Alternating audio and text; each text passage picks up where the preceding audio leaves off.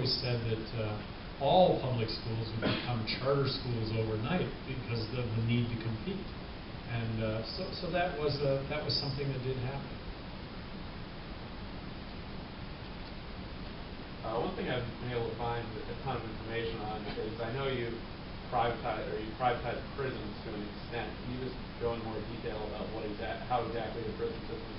So everything cost benefit, everything, right? So when I take office, New Mexico had 600 prisoners housed out of state, and they were all because there wasn't any prison space. And the state was also run by the federal courts. So it was under a consent decree. Federal courts were running the prisons in New Mexico. So the legislature was appropriating the money for these 600 prisoners, but they weren't appropriating money to build prisons, which to get out from under the consent decree, we had to do in New Mexico. This was reality-based. This was something that we had to do in New Mexico. Well, the legislature doesn't want to appropriate money. So on a very apples-to-apples comparison, because the federal courts were overseeing this, I privatized half the state's prisons. And the cost ended up to be 66 cents as opposed to $1 on the public side. And it was absolutely apples to apples because the federal court was overseeing this. And to me, that was good government. That was good government. And I always said, let's pass rational drug policy and let's let people out of jail. And I got to tell you, it'd be a lot easier letting them out of the private prisons than the public prisons. I've heard a lot of good things about welfare reform from when you were governor of New Mexico. And if you could expand on that a little bit as to how that might apply in generally to the combination of government. Well, there are 3 branches of government: executive, legislative, and judicial. And so in New Mexico, the legislature refused to address welfare reform. And in a nutshell, if you can work, you would work. So I administratively brought about welfare reform in New Mexico, that if you could work, you would work. And here was the phenomenon. All the help wanted signs in New Mexico went down. They all went down. This was over a period of about 6 weeks to 2 months. But immediately when I did this administratively, I got sued. I got sued by the legislature saying that they needed to legislate this reform and that I didn't have the power administratively to do that. So after about 2 months, the Supreme Court ruled that I did not have that power to implement that welfare reform, and all the help wanted signs went back up.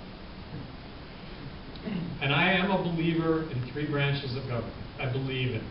I believe in it. You don't want one branch getting out ahead of the other branch, and that's the continual battle that happens in government, and it does work. I believe in it. But in my case, of course, this is the egregious example, because I did the right thing. Yes. When someone is running nationally and trying to implement it nationally, when you take something like the drug war and same thing they apply on social issues, you presented a case for reform on drug laws and legalizing marijuana. Another way to go about the whole argument is it's 10th Amendment, it's up to the states. The federal government needs to back off this. Same thing with education, as you mentioned. Do you think one or the other approach would be more effective? I'm trying to adopt a combination of those two.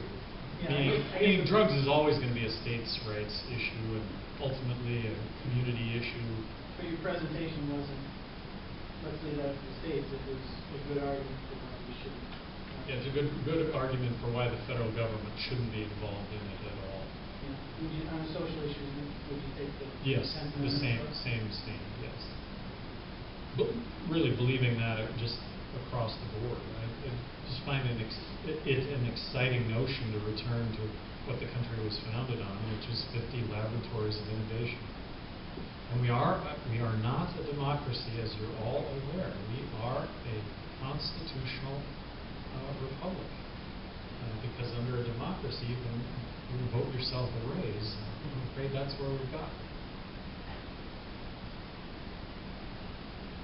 When you privatized prisons, did you find or did you worry that for a creative industry that the constituency would suffer problems? For what? Suffer problems? No, I didn't. That was my experience. Like I said, my experience was that it was going to be a lot easier to shut down the private prisons than it would have been to have shut down the public prisons. Yeah, it's logical. That connection is logical, but it's not there. I didn't see it, not at all. Clearly, you had a lot of electoral success and policy success in a Democratic state. Could you talk a little bit about some of the unlikely allies, at least for folks in this room, people who would be unlikely allies, and policy fights, and perhaps some surprises in that regard? I don't. I might just be on the wrong cul-de-sac here, but I vetoed hate crimes legislation. I vetoed 10 pieces of hate crime legislation. We're going to leave that just scares me to death that you leave the government to arbitrate my thoughts involved in a crime. Prosecute me on the basis of throwing the rock through an individual's window, but gee, that I was motivated by hate because they were black or Hispanic or gay, just prosecute me on my actions.